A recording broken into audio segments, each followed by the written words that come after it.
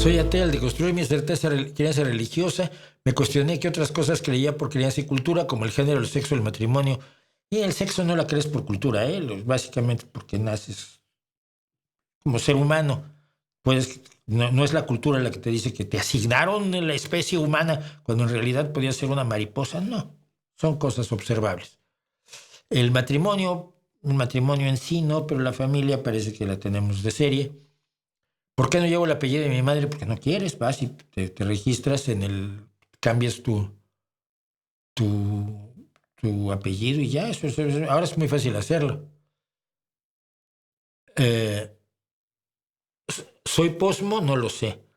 La interseccionalidad es un invento posmo, por supuesto. La interseccionalidad es una forma de, una vez que has creado identidades, subdividirlas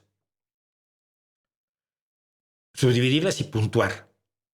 Entonces, si tú eres mujer, puedes hacer frente común con todas las mujeres en una lucha feminista decente por obtener una igualdad efectiva en el trabajo, en la sociedad, en la escuela, en el gobierno, etcétera. Sí.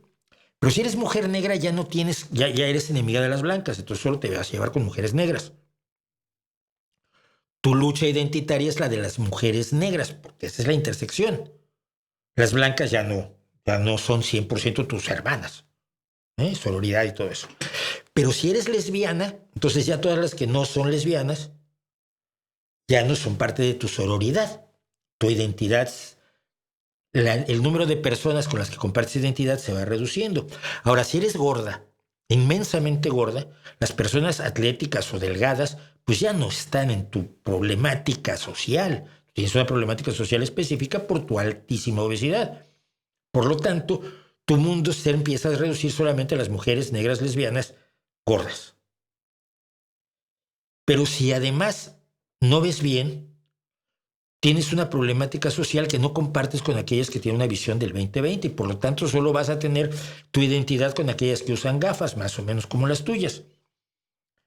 Pero si tienes hijos o si tienes un trabajo de determinado tipo, etcétera, etcétera, vas a ir armando interseccionalidades hasta que tu identidad, tu grupo identitario sea tan pequeño que es irrelevante socialmente.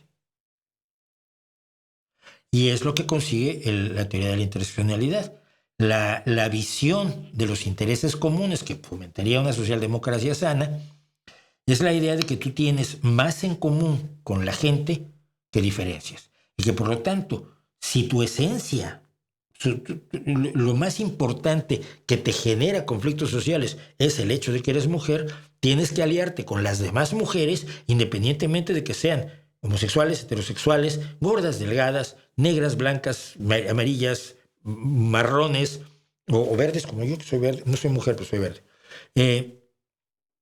Es decir, que tienes algo en común, pero también tienes algo en común con los hombres cuando luchas en contra, por ejemplo, en favor de una mejor sanidad, de una mejor educación para los hijos, de mejores derechos laborales, de mejores salarios. Y entonces, en vez de estar enfrentada a las otras identidades, encuentras los puntos en común que te permiten luchar en conjunto. La política de identidades es la política de la subdivisión, es la política del racismo, el sexismo, la discriminación por quítame allá estas pajas. Y por supuesto, la desactivación de todo movimiento social que pueda tener elementos en común. ¿Cómo les respondería a los que dicen que México es un país católico?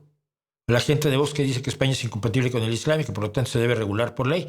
Diría que México es un país católico, es una de sus más grandes desgracias es ser un país católico. Y España no es incompatible con el Islam. España fue un país islámico, profundamente islámico, hasta 1492, cuando se termina la reconquista con la toma de Granada. Pero no, España no es incompatible con el Islam, ni con el judaísmo, ni con el budismo, ni con el jainismo. España es un país aconfesional, donde además cada vez hay más ateos, agnósticos y descreídos. Yo creo que España sí ya no es un país católico, en México sí todavía. Gente como Vox dice lo que se les ocurre. Lo que quieren es que si eres incompatible con el Islam, ya odies a la gente que cree en el Islam. O sea, que rechaces a los musulmanes por ser musulmanes. No importa si se portan bien o no se portan bien, no importa si son terroristas o no son terroristas, no importa si son buenas personas y parte de su comunidad y trabajan en una asociación de vecinos o no lo hacen. Lo que importa es que son musulmanes. Subraya eso y borra todo el resto del ser humano. Céntralo todo en su islamismo. Pues sí.